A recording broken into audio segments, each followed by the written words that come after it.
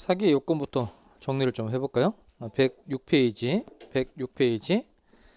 사기의 요건. 이걸 일단 별표하시고 106페이지 사기의 요건. 먼저 목차를 좀 기억하셔야 됩니다. 첫 번째, 사기자에게 뭐가 있을 것? 고의가 있을 것. 두 번째, 뭐가 있어야 되죠? 기망행위가 있을 것. 세 번째, 기망행위가 위법해야 되고, 네 번째, 뭐가 있을 것? 인과관계가 있을 것. 이렇게 네 가지입니다. 다시 첫 번째, 사기자에게는 뭐가 있어야 한다? 고의가 있어야 되고, 두 번째, 기망행위가 있어야 되고, 세 번째, 기망행위가 위법해야 되고, 네 번째, 뭐가 있어야 한다? 인과관계. 그러면 7번 다시 와볼까요? 사기가 되려면 먼저 기망행위를 하고 표의자가 뭐에 빠져서 착오에 빠져서 의사표시를 하는 거, 이게 사기라 그랬어요. 다만 사기가 되려면 사기치는 사람에게는 뭐가 있어야 한다? 고의. 그런데 고의가 먼저 기망행위를 해서 착오에 빠지게 만들어야 됐다는 고의 하나 있어야 되고, 착오 상태에서 의사표시를 하도록 만들어야 됐다는 고의, 이렇게 두 가지가 있어야 한다는 겁니다. 그래서 고의는 몇 단계 고의다? 2단계 고의라는 거예요. 그 다음에 기망행위라는 게 있어야 되는데, 기망행위라는 건 남을 속이는 일체의 속임수에게 기망이에요. 보통 아까 봤듯이 가짜라고 속이는 거, 적극적으로 액션을 취하는 거, 이런 건 보통 기망이 될 수가 있단 말이에요. 그런데 침묵, 아무런 얘기를 하지 않는 침묵하는 건 경우에 따라서 사기가 될 수 있어요, 없어요? 아무런 얘기를 하지 않는 건 사기가 될 수 있다, 없다? 될 수 있어요. 될 수 있는 경우가 있는데, 경우에 따라서는 침묵도 기망행위가 될 수 있다는 겁니다. 대표적으로 이런 경우 생각하시면 되겠어요. 갑이 건물에 대해서 을과 매매 계약을 체결한 겁니다. 그런데 이 건물은 현재 강제 집행이 진행 중이에요. 강제 집행이 진행 중이라는 겁니다. 을이라는 사람이 너의 건물이 법적으로 무슨 문제가 없냐 이렇게 물어봤어요. 그러면 경매가 진행 중이면, 강제 집행이 진행 중이면 이 사실을 을에게 말해줄 법률상의 의무가 갑에게 있다, 없다? 있어요. 있음에도 불구하고 갑이 아무런 얘기를 하지 않은 건 적극적으로 속인 거나 마찬가지로 볼 수 있다, 없다? 있다는 겁니다. 이렇게 일정한 사실을 말해줄 법률상의 의무가 있는 자, 일정한 사실을 말해줄 법률상의 의무가 있는 자가 그 의무를 이행하지 않는, 이렇게 침묵은 경우에 따라서 기망행위가 될 수 있다, 없다? 있다는 거예요. 이게 기망행위가 되려면 일정한 사실을 말해줄 법률상의 의무가 있는 경우여야 돼요. 그래서 중간에 판례를 한번 보실까요? 자, 교환 계약의 당사자가 교환 목적물의 시가를 묵비하거나, 이거 찾았어요? 106페이지 딱 중간에 있는 판례인데 한번 읽어보시기 바랍니다. 자, 하나만 밑줄 할까요? 시가를 묵비. 그렇게만 밑줄 합시다. 시가를 묵비. 자, 시가를 물어봤는데 시가를 말해주지 않았다는 겁니다. 그러면 이게 시가를 말해줄 법률상의 의무가 있는 거예요, 없는 거예요? 그러니까 누구라도 계약을 체결하면서 이익을 보려고 하는 게 정상이에요? 막대한 손실을 보려고 하는 게 정상이에요? 이익 보려고 하는 게 정상이죠. 그래서 이익을 보기 위해서 시가를 말해주지 않았다는 겁니다. 그러니까 시가를 말해줄 법률상의 의무가 있다, 없다? 없죠. 따라서 얘는 침묵했다고 하더라도 얘는 사기이다, 아니다? 아니다. 그러니까 침묵이 사기가 되려면 다시 일정한 사실을 말해줄 법률상의 의무가 있을 때 침묵하는 게 사기가 되는 겁니다. 시가를 말해줄 의무가 없으니까 끝에 얘는 기망행위에 해당한다, 해당하지 않는다, 해당하지 않는다는 겁니다. 그리고 세 번째, 기망행위 뭐가 있어야 한다? 위법성. 이건 위법하다는 건 나쁘다라는 뜻입니다. 그 행위가 나쁘다고 말할 수 있어야 한다는 거예요. 판례 두 개 좀 살펴봅시다. 첫 번째, 상가를 분양하면서 운영 방법 및 수익 보장에 대하여, 그 다음 줄합니다. 다소 동그라미세요. 다소의 과장 허위 광고를 했다는 겁니다. 그러니까 다소의 과장 허위 광고를 했다는 거예요. 일단 그 과장 광고를 한 거니까 이건 속인 건 맞아요. 그런데 다소라 그래, 다소. 그러면 상인이라면 보통 이 정도의 거짓말은 누구나 하는 거니까 이건 나쁘다고 말할 수 있다, 없다? 없다는 겁니다. 따라서 얘는 기망행위에 위법성이 있다, 없다? 없다는 거예요. 결국 얘는 사기가 된다는 거예요, 안 된다는 거예요? 안 된다는 겁니다. 그 두 번째 판례는 잘 읽어보세요.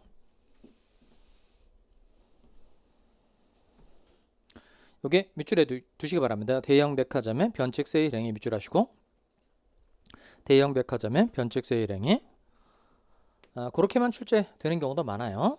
여기는 H백화점인데 이렇게 하면 어딘지 알죠? 여기서 모피코트를 판 거예요. 모피코트, 보통 모피코트 얼마짜리 할까요? 1000만 원 할까요? 그냥 모피코트 1000만원짜리 이제 판매를 했는데, 요 세일 기간에 이제 50% 세일을 해준 거예요. 50% 세일 해준 거니까 얼마면 살 수 있는 거죠? 500이면 살 수 있는 거죠. 그런데 요 세일 기간에 가격표를 다 뜯어 고치는 겁니다. 1,000만 원짜리인데 2,000만 원짜리로 뜯어 고치고 50% 세일해 주다가 적발이 된 겁니다. 일단 요 가격표를 뜯어 고친 거니까 이건 기망행위에 해당되고, 그다음 이런 행위는 나쁘다고 말할 수 있어요, 없어요? 있죠. 이렇게 가격표를 뜯어 고치고 세일해 주다가 적발이 된 건 이건 기망행위에도 해당이 되고, 기망행위 위법성도 있으니까 결국 사기에 해당한다, 해당하지 않는다, 해당한다는 겁니다. 따라서 모피코트 매매 계약을 결국 뭐 할 수 있다는 거죠?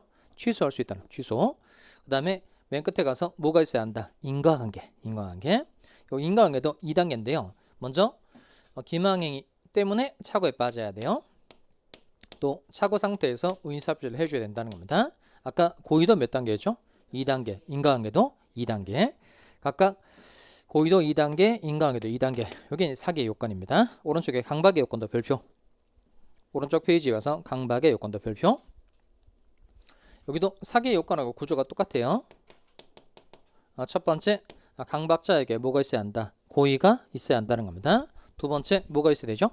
강박행위가 있어야 되고, 세 번째, 강박행위가 위법해야 되고, 네 번째, 뭐가 있어야 한다? 인과관계. 그러면 강박이 되려면 먼저 무섭게 하는 게 해악을 고지하는 거죠.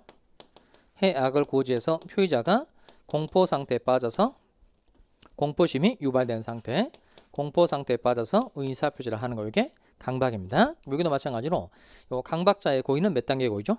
2단계 고의죠. 먼저 해악을 고지해서 공포 상태에 빠지게 만들어야 될 때는 고의 하나 있어야 되고, 공포 상태에서 의사표시를 하도록 만들어야 될 때는 고의 두 가지가 있어야 한다는 겁니다. 두 번째, 강박행위가 있어야 되는데, 강박행위도 마찬가지로 적극적인 액션을 취하는 거, 칼들이 되고 무섭게 하는 거, 이런 건 보통 강박에 해당되는 거, 강박에 해당되기 쉽단 말이에요. 그런데 침묵, 아무런 얘기를 하지 않는 침묵은 경우에 따라서 강박행위 될 수 있어요, 없어요? 아무런 얘기를 하지 않는 침묵은 강박행위 될 수 있다, 없다? 될 수 있죠. 이거 마찬가지로 제가 설명하는 예가 있죠. 집에 애들 생각하면 된다, 이렇게 말하죠. 집에 애들, 얘가 이제 엄마한테 엄마랑 게임 좀 하면 안 될까? 이렇게 얘기를 한 거예요. 근데 엄마가 아무런 얘기를 안 하고 가만히 있는 거죠. 그럼 애들이 해요, 안 해요? 안 하죠. 왜 안 하죠? 반 죽을까 봐 안 하는 거죠. 그러니까 이렇게 침묵도, 쉬운 거 틀리면 안 돼요. 침묵도 경우에 따라서 사기가 될 수 있다, 없다? 있다. 또 침묵도 경우에 따라서 강박행위 될 수 있다, 없다? 있다는 겁니다. 그리고 세 번째, 강박행위가 위법해야 되고, 네 번째 뭐가 있어야 한다? 인과관계가 있어야 한다는 겁니다. 그러니까 인과관계도 역시 몇 단계예요? 2단계 인과관계입니다. 고의도 2단계, 인과관계도 2단계. 그러면 사기하고 강박의 요건을 갖춘 거예요. 그럼 사기 강박에 관한 조문이 몇 조죠? 110조. 그럼 110조 조문 4강 취선이죠. 사기나 강박에 의한 의사표시를 뭐 할 수 있다? 취소할 수 있고, 취소로서 누구에게 대항하지 못한다? 선의의 제3자에게 대항하지 못한다는 겁니다. 그럼 아까 봤던 고려청자 사례 결론을 좀 내려봅시다. 요 그냥 풀어보도록 하겠어요. 이 사람 고려청자를 가지고 있고, 을로부터 사기 또는 강박을 당한 겁니다. 사기나 강박을 당해서 갑은 고려청자에 대해서 을과 매매계약을 체결한 겁니다. 을은 병이라는 사람에게 목적을 되팔았어요. 병은 또 정에게 목적을 되판 겁니다. 그럼 이 사람 이름 뭐죠? 갑의 이름. 이 사람 비정상적 의사표시를 한 사람이니까 갑의 이름 뭐죠? 이 사람은 표의자. 을의 이름 뭐죠? 갑의 의사표시 반대쪽에 있는 을의 이름은 상대방. 그 다음에 상대방으로부터 새로운 이해관계를 맺은 이 사람 이름 뭐예요? 제3자. 제3자 병으로부터 소유권을 다시 취득한 정에는 전득자입니다. 그럼 시험은 뭐가 나올 것 같아요? 어떤 상태가 시험에 출제되냐면, 아까 봤던 사례가 똑같아요. 병에는 선이었었어요. 병은 선이, 정은 악이에요. 그럼 현재 고려청자에서 가지고 있는 사람 누구예요? 정이죠. 정. 그럼 갑은 정에게 고려청자 돌려줘라고 반환 청구할 수 있다, 없다? 할 수 없죠. 왜 없죠? 여기 아까 봤던 무슨 법칙이죠? 엄표물의 법칙이죠. 이렇게 4강 취선입니다. 먼저 사기나 강박에 의한 의사표시를 뭐 할 수 있다? 취소할 수 있다는 거예요. 갑과 을 두 사람만 있을 때는 갑은 이 계약을 뭐 할 수 있다? 취소. 그럼 계약을 취소하면 이 계약은 소급적으로 무효가 되죠. 처음부터 이 계약은 효력이 없어지게 된다는 겁니다. 그래서 갑은 을에게 고려청자를 돌려줘라고 반환 청구할 수 있다, 없다? 있다. 다만 4강 취선이라고 그랬으니까 취소로서 누구에게 대항하지 못한다? 선의의 제3자에게 대항하지 못하죠. 그러니까 병이 선인 경우에는 선의의 병에 대해서 고려청자 돌려줘라고 반환 청구할 수 있다, 없다? 없죠. 따라서 병이 선이어서 소유권을 취득하니까 그 뒤에 있는 정은 다 소유권을 취득할 수 있다, 없다? 있죠. 여기 아까 무슨 법칙이었죠? 언패밀의 법칙이었죠. 언패밀의 법칙에 의해서 정도 소유권을 취득하니까 갑은 정에 대해서 고려준가 돌려줘라고 반환 청구할 수 있다 없다? 없다는 겁니다. 그러면 통정의 표시에서 배웠던 제3자 내용이 비진의 표시, 차고, 사기 강박이다. 다 똑같이 적용되는 거예요. 에듀윌 유료 회원만의 명품 교수 서비스.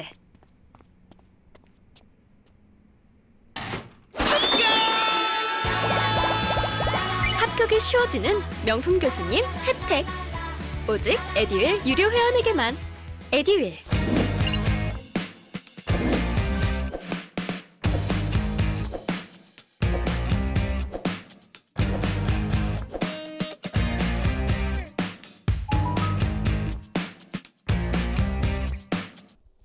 그럼 제3자의 뜻이 비정상적 의사표시를 기초로 법률상 새로운 이해관계를 맺은 사람을 말하는 겁니다. 비정상적 의사표시를 기초로 새로운 이해관계를 맺은 사람이 제3자고 제3자로부터 또 소유권을 취득한 사람은 뭐라고 표현한다? 전득자로 표현한다는 겁니다.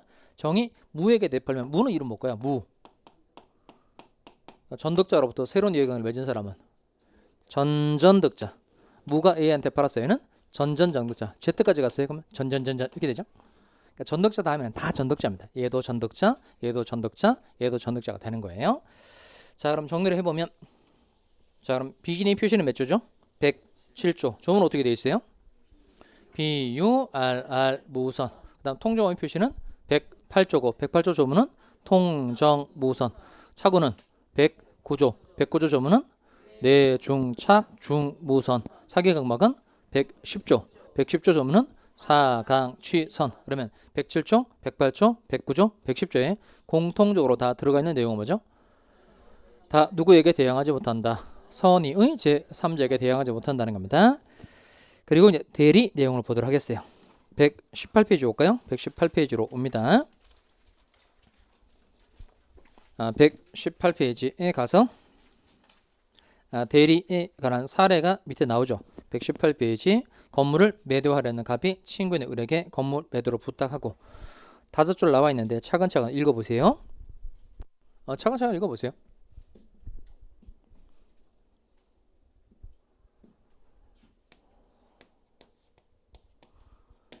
자, 읽어보셨으면 칠판 올까요? 먼저 건물 소유자는 누구예요? 갑이죠. 갑 여자는 건물 소유자고, 자, 을에게 건물 매도를 부탁했다고 되어 있네요. 부탁 동그라미 하고, 이것도 계약인데 무슨 계약일까요? 갑이 을에게 건물 좀 팔아줄래? 라고 부탁하는 거, 이거 위임 계약이라 그래요. 위임 계약, 위임이라고 써놓고 타인에게 사무 처리 부탁하는 계약을 위임 계약이라고 말합니다. 그럼 위임 계약을 기준으로 할 때 갑의 이름 뭘까요? 건물을 팔아달라고 부탁한 갑의 이름 뭐죠? 이 사람 일 시킨 사람은 위임인 이렇게 말하고, 일을 맡아서 처리해야 되는 을은 뭐라고 그러죠? 수임인 이렇게 말합니다. 그 변호사한테 소송 맡기는 것도 위임 계약입니다. 그럼 내가 변호사한테 소송을 맡긴 거예요. 소송해달라고 변호사한테 소송을 맡긴 겁니다. 그럼 내가 변호사한테 소송 사무를 처리해달라고 부탁을 한 거죠. 그럼 부탁을 한 나는 이름 뭐죠? 위임인. 부탁을 받아서 소송 사무를 처리하는 변호사는 이름 뭐예요? 걔는 수임인 이렇게 부른다는 겁니다. 위임 계약의 경우에 일을 맡긴 사람은 위임인, 일을 맡아 처리하는 사람은 수임인 이렇게 부른다는 거예요. 그 다음에 갑이 을에게 건물을 처분해도 좋다는 권한을 준 겁니다. 건물 처분에 관해서 권한을 줬고, 을이 적당한 상대방을 물색해서 매매 계약을 체결한 겁니다. 자, 그러면 매매 계약은 누가 체결한 거죠? 매매 계약은 누가 체결한 거예요? 을하고 병이 매매 계약을 체결했다는 겁니다. 그런데 매매 계약의 효과는 모두 직접 누구에게 귀속한다? 갑에게 귀속하는 거예요. 그러면 다시 칠판에서 확인해 볼게. 계약을 체결한 사람은 누구죠? 을과 병. 그런데 법률 효과는 누구 사이에서 발생한다? 갑과 병 사이에서 생긴다는 겁니다. 그럼 계약을 체결한 사람은 을과 병. 그런데 법률 효과는 갑과 병 사이에서 생긴다는 겁니다. 이게 대리 제도의 가장 중요한 특징입니다. 대리는 이렇게 법률 행위의 당사자와 법률 효과의 당사자가 서로 분리된다. 이게 대리 제도의 가장 중요한 특징입니다. 다시 법률 행위의 당사자와 법률 효과의 당사자가 서로 분리된다. 이게 대리 제도의 중요한 특징이라는 겁니다. 그다음에 이제 좀 이름을 붙여줄 줄 알아야 되는데, 갑하고 을 두 사람 중에 법률 행위를 하는 사람은 누구예요? 갑하고 을 두 사람 중에서 법률행위를 하는 사람 누구죠? 을이죠. 그 법률행위를 하는 을은 뭐라 그래요? 법률행위를 하는 을은 대리인이라고 그러고, 그 다음 법률 효과를 받는 사람 누구죠? 법률 효과를 받는 사람은 갑이죠. 그 법률 효과를 받는 갑을 본인이라고 말합니다. 그리고 을과 계약을 체결한 병의 이름 뭐죠? 이 사람이 상대방이에요. 다시 대리의 경우에 법률 행위를 하는 사람은 뭐라고 불러요? 대리인. 법률 효과를 받는 사람은 본인. 대리인과 계약을 체결한 사람은 상대방 이렇게 부른다는 겁니다. 여기서 법률 행위를 한다는 건 무슨 뜻이죠? 법률 행위를 한다. 이건 그냥 뭐 계약 체결하는 거 생각하시면 되고, 법률 행위를 한다는 건 계약을 체결하는 거 생각하시면 되고요. 그다음 법률 효과를 받는다는 건 무슨 뜻일까요? 법률 효과를 받는다. 그 말은 법률 효과를 받는다. 그 말은 권리 의무. 권리를 취득하고 의무로 부담한다는 뜻입니다. 다시 법률 효과를 받는다는 건 권리를 취득하고 의무로 부담한다는 겁니다. 그럼 이때 갑의 권리는 뭐죠? 갑의 권리는 건물 판 사람이 되니까 갑의 권리는 대금, 지급, 청구권. 갑의 의무는 건물 소유권 이전 의무. 병도 권리 취득하고 병도 의무 부담하자. 병의 권리는 뭐죠? 병의 권리 건물 소유권 이전 청구권이 병의 권리고, 병의 의무는 대금, 지급 의무. 자, 그러면 이때 요 대리의 경우에 법률 행위의 당사자와 법률 효과의 당사자가 서로 분리된다 그랬는데, 쉽게 표현하면 행위는 누가 하는 거죠? 행위는 대리인이 하고 효과는 누가 받는다? 본인. 다시 행위는 누가 하고 대리인이 하고 효과는 누가 받는다? 본인이 받는다는 겁니다. 그럼 하나만 처리해 볼까요? 자, 그럼 먼저 대리의 경우에 이 건물을 1억 원에 팔 건지 2억 원에 팔 건지는 갑이 결정한다, 을이 결정한다. 아까 처음에 내용이 이거였었어요. 갑이 을에게 건물 팔아줘라고 부탁을 하고 을에게 처분에 관한 권한을 주고, 을이 적당한 상대방을 물색해서 매매 계약을 하면 매매 계약의 효과가 모두 직접 갑에게 귀속한다. 이게 대리였었어요. 그러면 이때 이 건물을 1억 원에 팔 건지 2억 원에 팔 건지를 결정하는 사람은 갑이다, 을이다. 갑 손 들어보세요. 갑. 내리고 을 손 들어보세요. 을. 내리고. 다시 이 건물을 1억 원에 팔 건지 2억 원에 팔 건지 결정하는 사람은 갑이다, 을이다. 갑. 이렇게 이해하면 곤란하다는 거예요. 이렇게 이해를 하고 대리제도를 앞만 보면 대리제도가 이해가 잘 되지 않을 뿐만 아니라 문제를 틀리는 경우가 훨씬 많아요. 그러니까 이건 그 대리의 본질과 관계된 내용이니까 잘 들어두시기 바랍니다. 이쪽에 와봐요. 자, 만약에 갑이란 사람이 직접 병을 만나서 매매 계약을 체결한 겁니다. 그러면 당연히 건물을 1억 원에 팔 건지 2억 원에 팔 건지는 당연히 누가 결정하는 거죠? 갑이 결정하는 거죠. 그러니까 여기서 알 수 있는 내용은 뭐냐면 법률행위를 하는 자가 얼마에 팔 건지 결정을 하는 거예요. 다시 법률행위를 하는 자가 얼마에 팔 건지 결정을 하는 겁니다. 그러면 대리의 경우에 갑하고 을 두 사람 중에서 법률행위를 하는 사람 누구예요? 법률행위를 하는 사람은 대리인이죠. 그러니까 건물을 1억 원에 팔 건지 2억 원에 팔 건지 결정하는 건 갑이다, 을이다. 을이라니까. 이게 대리제도의 제일 중요한 특징이에요. 그러니까 대리의 경우에는 법률행위를 하는 사람이 대리인이니까 건물을 얼마에 팔 건지 결정하는 사람은 당연히 누구다? 대리인이라는 겁니다. 근데 현실 세계에서는 갑이 얼마에 팔 건지 결정을 해서 을에게 시키는 경우도 있어요, 없어요? 있죠. 그때는 을을 대리인이라고 말하지 않는다는 겁니다. 갑이 1억 원에 팔 건지 2억 원에 팔 건지 결정을 해서 을을 시키면 을은 갑의 의사를 전달해주는 심부름꾼이 되니까 이때는 을의 이름이 대리인이 아니고 사자라 그래요. 사자. 사자 알죠? 사자. 사자. 라이온 아니고 사자. 그러니까 심부름꾼. 사자를 보냈다 그런 말 쓰잖아요. 그러니까 건물을 1억 원에 팔 건지 2억 원에 팔 건지 결정하는 건 이건 내자로 무엇을 결정한다고 말하냐면 효과 의사를 결정한다 이렇게 표현합니다. 그러면 효과 의사를 갑 스스로 결정을 하면 을은 이름 뭐가 되는 거야? 효과 의사를 갑이 결정을 하면 을은 뭐가 되는 거죠? 사자가 되는 거고, 효과 의사를 을 스스로 결정을 하면 을은 뭐가 되는 거야? 대리인 되는 겁니다. 다시 대리의 경우에 행위는 누가 하고? 행위는 누가 하고? 대리인이 하고 효과는 본인이 받는다는 겁니다. 그다음 두 번째 질문. 행위는 누가 하고? 대리인이 하고 효과는 본인이 받는다는 겁니다. 두 번째 질문인데요. 그럼 이때 대리인은 반드시 성년자이어야 돼요? 아니면 미성년자이어도 괜찮아요? 대리인은 반드시 성년자이어야 한다? 아니면 미성년자이어도 괜찮다? 성년자이어야 한다. 그럼 그걸로 가는 거죠. 자, 생각해 보실 게 아까 행위는 누가 하고 대리인이 하고 효과는 본인이 받는다 그랬죠. 다시 행위는 누가 하고 대리인이 하고 효과는 본인이 받는다는 겁니다. 그럼 잘 생각해 보실 내용은 대리인이 행위는 해요. 근데 효과는 다 본인이 받죠. 그러니까 대리인은 행위는 하기는 하는데 얘는 효과는 받지 않는다는 거예요. 효과는 다 누구한테 가는 거예요? 본인한테 가는 거예요. 또 본인은 법률행위를 하진 않는데 효과는 받아요. 다시 대리인은 행위만 하고 효과는 받는다 안 받는다? 안 받아요. 그러면 대리인은 법률행위를 하기는 하는데 얘는 계약만 체결하고 다 쏙 빠지는 사람이에요. 계약만 체결하고 다 빠지고 효과는 다 누구한테 가는 거예요? 본인한테 가는 거예요. 그러니까 대리인은 법률행위를 하기는 하는데 효과는 받는다 안 받는다? 안 받아요. 효과는 다 누구한테 가는 거니까? 본인한테 가는 거니까. 따라서 대리인은 법률행위를 하고 절대 효과는 받지 않으니까 대리인은 반드시 성년자여야 된다. 미성년자여도 괜찮다. 미성년자여도 괜찮다는 겁니다. 그래서 만든 게 117조예요. 117조. 대리인은 행위 능력자임을 요하지 아니한다. 아무리 유명하시더라도 저랑 공부 스타일이 안 맞으면 그냥 안 맞더라고요. 애들 유료회원이면 교수님들을 고를 수 있으니까 과목별로 나만의 드림팀을 만드는 느낌? 저랑 꼭 맞는 교수님을 선택할 수 있었던 게 합격 비법이었던 것 같아요. 뭘 찾아요. 어디 있는지도 모르면서. 오케이? 보세요.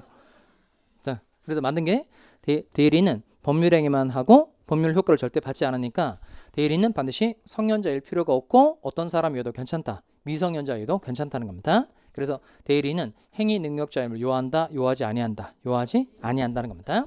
앞으로 이런 내용을 배우게 되는데 대리의 제일 중요한 특징은 까먹으면 안 돼요. 다시 행위는 누가 하고 대리인이 하고 효과는 본인이 받는다. 다시 행위는 누가 하고 대리인이 하고 효과는 본인이 받는다는 겁니다.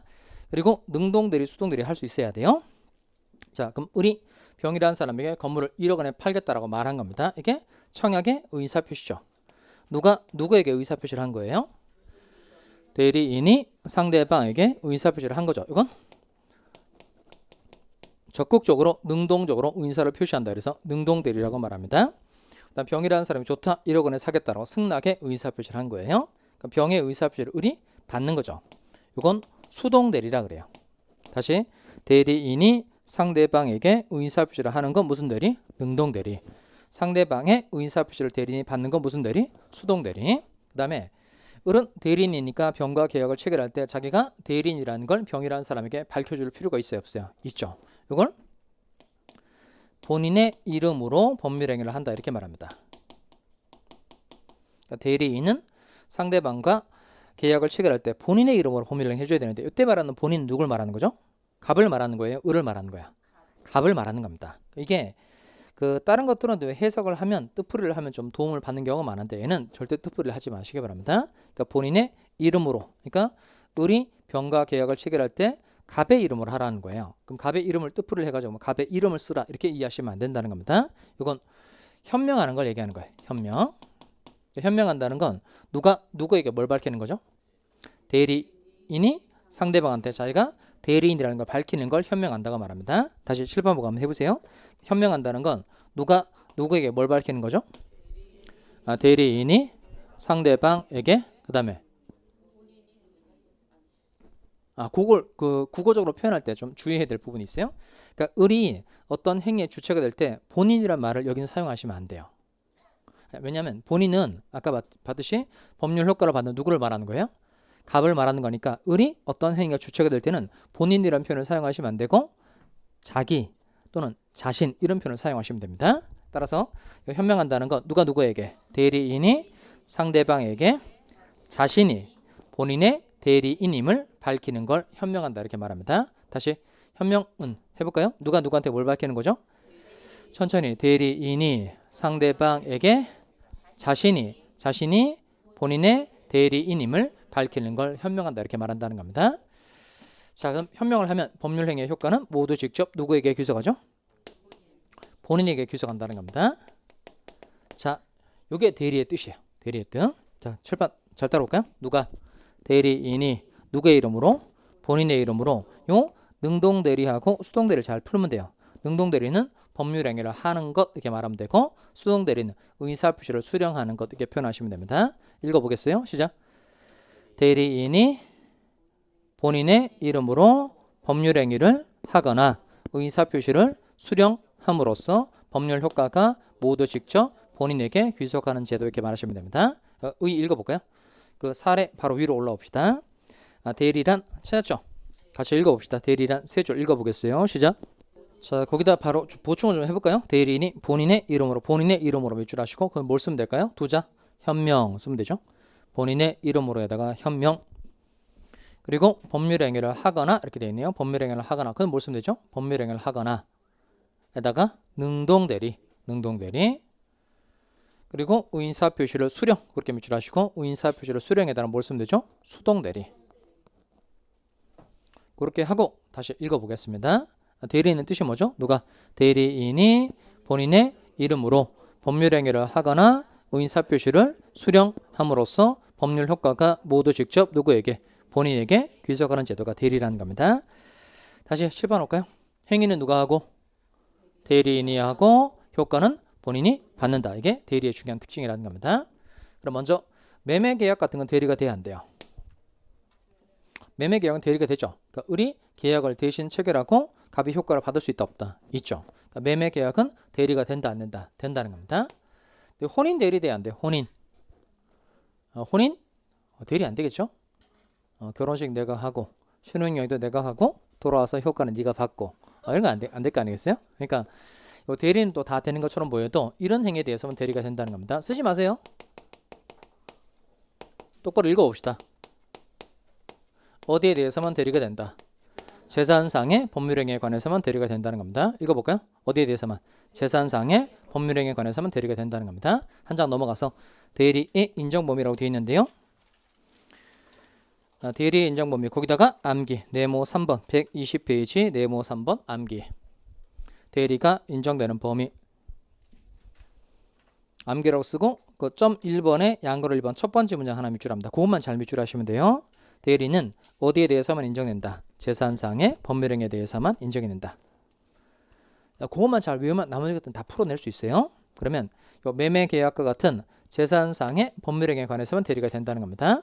그래서 혼인, 이혼, 그 다음에 유언과 같은 가족법상의 행위 의 행위는 원칙적으로 대리가 된다 안 된다? 안 돼요. 물론 그 부양 청구권 같은 건 예외적으로 대리가 되는 경우가 있는데 일단 원칙만 잘 기억합시다. 재산상의 법률행위에 관해서만 대리가 되니까 가족법상의 행위는 원칙적으로 대리가 된다 안 된다? 안 된다는 거예요. 그리고 법률행위는 뜻이 뭐죠? 법률행위는 뜻이 의인사 표시를 필수 불가결의 요소로 하는 법률 요건이다. 다시 법률행위는 의인사 표시를 필수 불가결의 요소로 하는 법률 요건이라는 겁니다. 그러면 이렇게 사람의 행위를 하는 여러 형 중에서 의인사 표시가 들어가 있는 걸 모두 묶어서 법률행위라고 그러죠. 사람의 행위를 하는 여러 형 중에서 의인사 표시가 들어가 있는 것을 모두 아우르기 위해서 총괄하기 위해서 만들어낸 개념 하나가 법률행위인 겁니다. 그러면 사람의 행위를 하는 것 중에 의인사 표시가 들어가 있지 않은 건 사람의 행위를 하는 적법한 것 중에서 의인사 표시가 들어가 있지 않은 것 모두 묶어서 얘는 준법률행위라고 그래요. 그러면 준법률행위는 이게 의인사 표시가 들어가 있는 건 법률행위라고 말하고 의인사 표시가 들어가 있지 않은 건 준법률행위라고 말하는 거니까 의인사 표시가 들어가 있어야 대리라는 게 되는 거예요. 그러니까 준법률행위는 의인사 표시가 들어가 있다 안 들어가 있다? 안 들어가 있다는 겁니다. 따라서 준법률행위는 원칙적으로 대리가 된다 안 된다? 안 됩니다. 물론 나중에 의인사의 통지, 관념의 통지는 대리가 된다는 내용을 나중에 배우기는 해요. 근데 지금은 원칙을 잘 기억합시다. 의인사 표시가 들어가 있는 법률행위에나 대리가 인정이 되는 거니까 의인사 표시가 들어가 있지 않은 준법률행위는 원칙으로 대리가 된다 안 된다? 안 된다는 겁니다. 그 다음에 불법행위는 대리가 될까 안 될까요? 불법행위는 대리가 된다 안 된다? 그러면 갑이 을에게 건물 처분해달라고 매각에 관한 대리권을 주고 을이 매매계약을 체결했어요. 매매계약 같은 건 당연히 대리가 돼야 안 돼요. 되죠. 그러니까 대리가 된다 이 말은 뭐냐면 매매계약의 효과는 모두 직접 누구에게 귀속한다? 본인 갑에게 귀속한다는 겁니다. 그런데 을이 병과 매매계약을 체결하다가 가격 흥정을 하다가 병이라는 사람이 계속 가격을 올리는 거예요. 그러니까 이 가격에 하겠느냐 한다고 했다가 또 계속 가격을 계속해서 올리는 거예요. 나중에 여러분 이런 거 중개해주면 엄청 열받게 하는 사람이 있죠. 그러니까 하려고 했다가 오전에는 한다고 했다가 또 오후에 또 마음 바뀌어 계속 금액을 계속해서 올라가는 거예요. 이런 손님 만나면 좀 짜증도 엄청 나죠. 그러니까 얘가 금액을 계속해서 올리니까 을이 열받아가지고 병을 한 대 이렇게 때린 거예요. 병을 한 대 때렸다는 겁니다. 그러니까 불법 행위를 저지른 거예요. 그러면 불법 행위에는 대리가 인정돼야 안 돼요. 그러니까 지금 불법 행위를 저지른 겁니다. 그러면 병이라는 사람에게 손해 100만 원 손해가 생겼다 칠까요? 그러면 그 손해는 갑이 물어줘야 돼요? 을이 물어줘야 돼요? 을이 물어줘야 되죠. 왜냐면 갑은 을에게 매매 계약을 체결하라 이렇게 시켰지. 누굴 두드려 패라고 시킨 게 아니죠. 그러니까 이 매매 계약이라는 재산상의 법률 행위를 하면 대리가 인정이 되니까 법률 효과는 본인 갑에게 귀속이 되는 겁니다. 그런데 이 불법 행위의 경우에는 대리가 인정된다 안 된다? 안 된다는 거예요. 그 을이 병한테 불법 행위를 저지른 경우에 불법 행위로 인한 손해배상 책임은 당연히 그냥 누가 지는 거야? 대리인 을이 지는 거야. 본인이 지는 게 아니고. 자, 따라서 다시 원래대로 되돌아올까요? 이런 내용들을 잘 처리를 하려면 얘만 정확하게 잘 기억하시면 됩니다. 대리는 어디에 대해서만 인정이 된다? 재산상의 법률행위에 관해서만 대리가 인정이 된다는 겁니다. 그럼 7번 다시 와서 여기 볼까요? 대리는 뜻이 뭐죠? 대리의 뜻.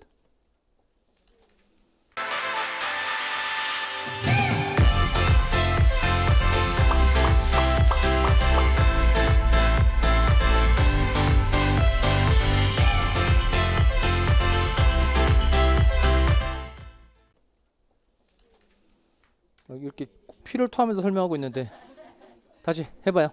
자, 누가?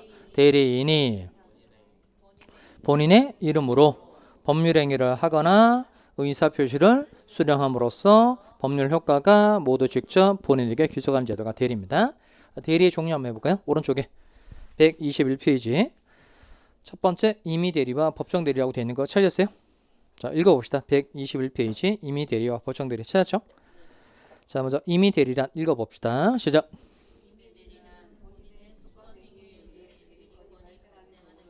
수권행위 네모칸 치시고 그다음 그 숫자가 줄 숫자죠. 권한을 주는 행위 이게 수권행위입니다. 그다음 법정대리란 읽어볼까요?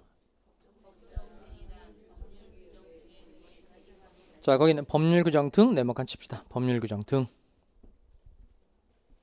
그럼 7번 다시 와서 갑이라는 사람의 을에게 건물을 팔아달라고 부탁하는 게 위임계약이고 건물 처분에 관해서 대리권을 주는 겁니다. 그 처분에 관해서 권한을 주는 게 이게 수권행위예요. 이렇게 본인의 수권행위에 의해서 대리인이 된 사람은 무슨 대리인이라고 부른다는 거예요? 임의대리인 이렇게 말한다는 겁니다. 그 다음에 갑이 미성인인 자고 을이 부모예요. 그럼 부모 같은 사람은 뭐라고 부르죠? 법정대리인 이렇게 표현합니다. 이렇게 법률규정 등에 의해서 대리인이 된 사람이 법정대리인이 되는 겁니다. 다시 본인의 수권행위에 의해서 대리인이 된 사람이 무슨 대리인이고 임의대리인이고 그다음 법률규정 등에 의해서 대리인이 된 사람이 무슨 대리인이다? 법정대리인이라는 겁니다. 우리 실제 생활에는 임의대리가 많을까요? 법정대리가 많을까요? 그 법정대리가 이제 그 나오는 경우는 이제 갑이 주로 미성년자인 경우에 법정대리가 주로 나오는데 우리 클래스에 미성년자 있어요? 미성년자? 보통 한 학원에 미성년자 한 명씩 보통 있는데 전에는 거기 미성년자 오전에도 있었고 야간에도 있었단 말이에요. 오전에는 그 얘가 교복 입고 왔었어요. 교복 입고 원에 하나 있었고 저녁에 걔는 딱 봐서 미성년인지 모르겠더라고요. 처음에 내가 봤을 때 30 초반으로 봤는데 30 초반으로 봤는데 걔는 17인가 그렇더라고요. 그러니까 그 법정대리가 문제가 되려면 갑이 기본적으로 미성년자인 이런 경우에 법정대리가 주로 존재하는 거예요. 우리 클래스 안에 미성년자가 없잖아요. 우리 실제 생활에 이제 대부분을 차지하고 있는 건 임의대리라는 거예요. 법정대리라는 거예요. 임의대리가 압도적으로 많다는 겁니다. 그럼 시험도 임의대리에서 나는 거예요. 법정대리에서 나는 거예요. 임의대리에서 나는 거죠. 실제 생활에 대부분을 차지하고 있는 게 임의대리고 임의대리와 관련해서 판례가 나오니까 임의대리를 중심으로 공부를 하면 된다는 겁니다. 그러니까 법정대리는 시험에 출제될 수 있는 지문 정도만 처리할 정도면 되겠어요. 그 다음 점 2번에 가서 능동대리와 수동대리인데요. 읽어봅시다. 능동대리란 읽어봅시다. 시작. 능동대리란 자, 여기는 하는 누가 누구에게 대리인이 상대방에게 의사표시를 하는 경우가 능동대리. 수동대리 읽어볼까요? 수동대리란 대리인이 상대방의 의사표시를 수령하는 경우를 말한다. 그럼 7번 다시 와서 이거 이제 말로 할 수 있으면 되겠어요? 대리인이 상대방에 대해서 의사표시를 하는 게 무슨 대리? 능동대리. 상대방이 한 의사표시를 대리인이 받는 게 수동대리. 그러면 민법 법조문은 능동대리 중심으로 되어 있을까요? 수동대리 중심으로 되어 있을까요? 그럼 법조문을 만들 때 의사표시를 할 때 이렇게 해라, 할 때 이렇게 해라. 이게 쉬워요? 아니면 의사표시를 받을 때 이렇게 해라, 받을 때 이렇게 해라. 뭐가 쉬워요? 할 때 이렇게 해라. 이게 쉬운 거죠. 그러니까 당연히 능동대리를 중심으로 법전이 만들어져 있다는 겁니다. 그래서 요 수동대리는 필요한 경우에 능동대리에 관한 법전을 끌어다 쓰고 있다는 거예요. 이걸 준용한다고 말합니다. 그 밑에 내용 볼까요? 민법은 원칙적으로 능동대리를 기준으로 규정하고 있고, 이거 이해할 수 있죠? 법률행위를 할 때 이렇게 해라. 이게 법조문이 훨씬 쉽다는 겁니다. 그래서 능동대리를 기준으로 규정이 되어 있다는 겁니다. 그리고 수동대리에 대해서는 밑줄 해볼까요? 수동대리에 대해서는 능동대리에 관한 규정을 부분적으로 뭐하고 있다? 준용하고 있다는 겁니다. 그러니까 준용이라는 말이 준해서 적용한다는 뜻이에요. 준해서 적용한다. 즉 필요한 변경을 가해서 적용하는 걸 준용이라고 말합니다. 그럼 점 3번에 가서 유권대리와 무권대리 찾았어요?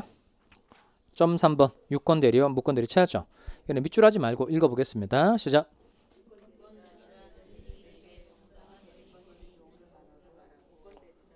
자, 대리인에게 대리권이 있으면 무슨 대리죠? 유권대리. 대리인에게 대리권이 없으면 무권대리 이렇게 말한다는 겁니다.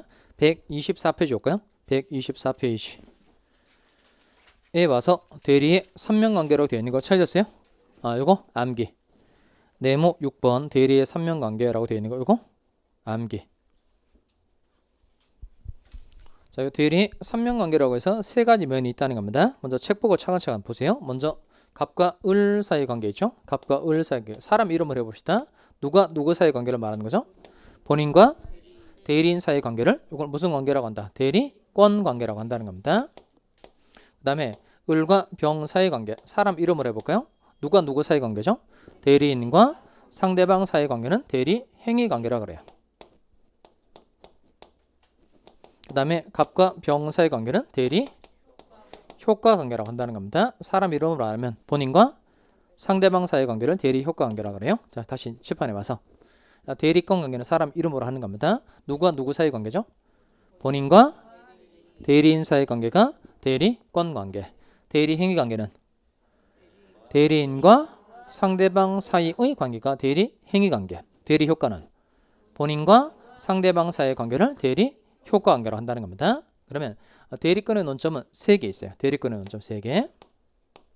대리권에서 3가지 내용을 배운다는 겁니다. 대리 행위 관계 논점 3개입니다. 대리 효과에 관한 논점도 3개입니다.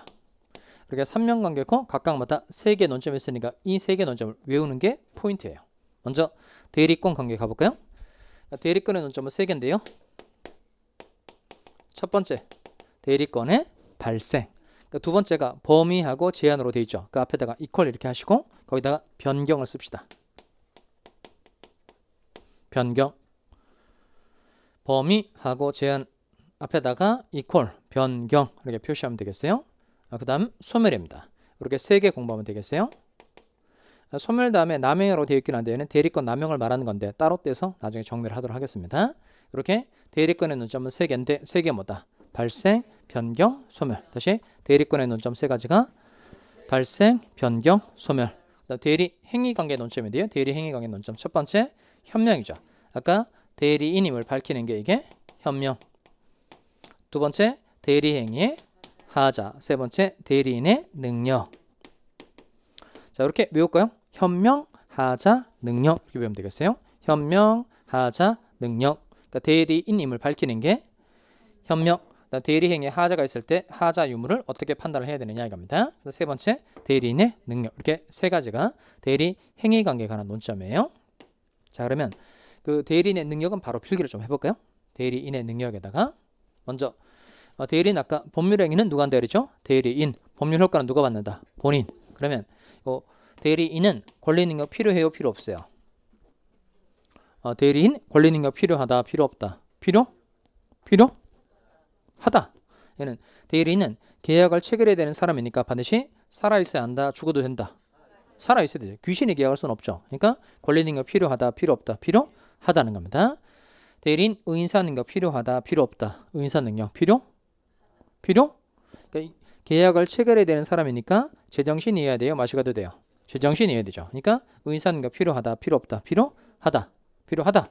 그런데 행위 능력 필요하다, 필요 없다. 아까 대리인은 행위만 하고 싹 빠지는 사람이라고 그러죠. 대리인은 법률 행위만 하고 절대 법률 효과를 받는 사람이 아닌 거예요. 따라서 반드시 성년자이어야 한다. 미성년자이어도 괜찮다. 미성년자이어도 괜찮다는 겁니다. 따라서 대리인은 행위 능력 필요하다, 필요 없다. 필요 없다는 겁니다.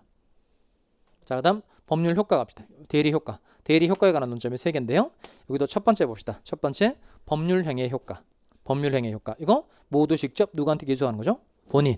그다음에 불법 행위하고 사실 행위 효과인데요. 아까 재산상의 법률 행위에는 대리가 되는 거고 이렇게 불법 행위. 그다음에 요 준법률 행위 안에 사실 행위가 들어가 있어요. 그러니까 불법 행위나 사실 행위는 대리가 된다 안 된다? 안 된다는 겁니다. 그러니까 대리가 안 되니까 불법 행위의 효과, 사실 행위의 효과는 그냥 누구에게 기소하는 거예요? 대리인에게 기소하는 겁니다. 세 번째가 뭐죠? 본인의 능력. 본인의 능력. 그럼 칠판 다시 와서 대리 효과에 관한 논점 이건 줄일 게 없으니까 그냥 이렇게 풀로 나갑시다. 첫 번째가 뭐죠?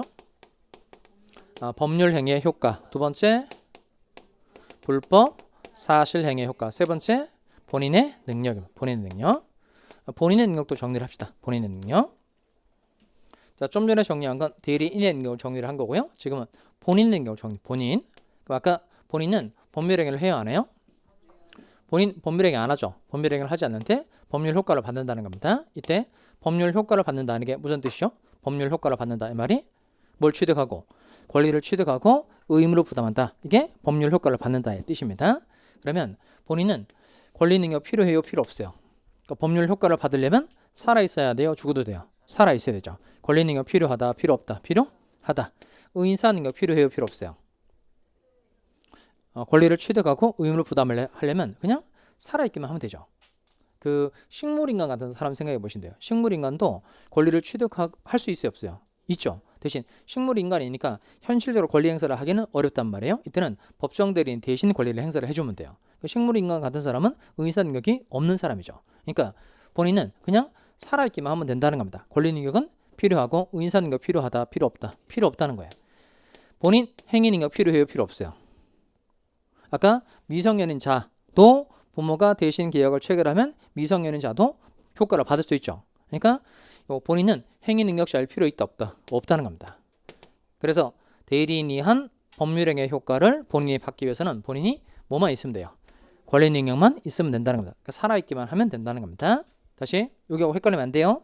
대리인의 능력. 그러니까 대리인은 권리 능력 필요하다, 필요 없다, 필요하다. 대리인 의사 능력 필요하다, 필요 없다, 필요하다. 그런데 대리인은 행위 능력 필요하다, 필요 없다, 필요 없다는 겁니다. 네, 본인은 무슨 능력만 있으면 되고 권리 능력만 있으면 되고 의사 능력과 행위 능력은 필요 없다는 겁니다. 대리인이 한 법률행위의 효과를 본인이 받기 위해서는 그냥 권리 능력만 있으면 되는 거예요. 요 삼명관계를 외워가지고 오는 게 숙제입니다. 숙제. 자, 그러면 외워봅시다. 다시 첫 번째 대리권의 논점 3가지 뭐죠? 대리권의 논점 3가지. 발생, 변경, 소멸. 대리 행위관계 논점 3개. 현명, 하자, 능력. 대리 효과 논점 3개. 법률행위의 효과, 불법, 사실행위의 효과, 본인의 능력. 쉬는 시간에 요 3개 꼭 외워두기 바랍니다. 좀 쉬었다가요. 대리권의 논점부터 보도록 하겠습니다.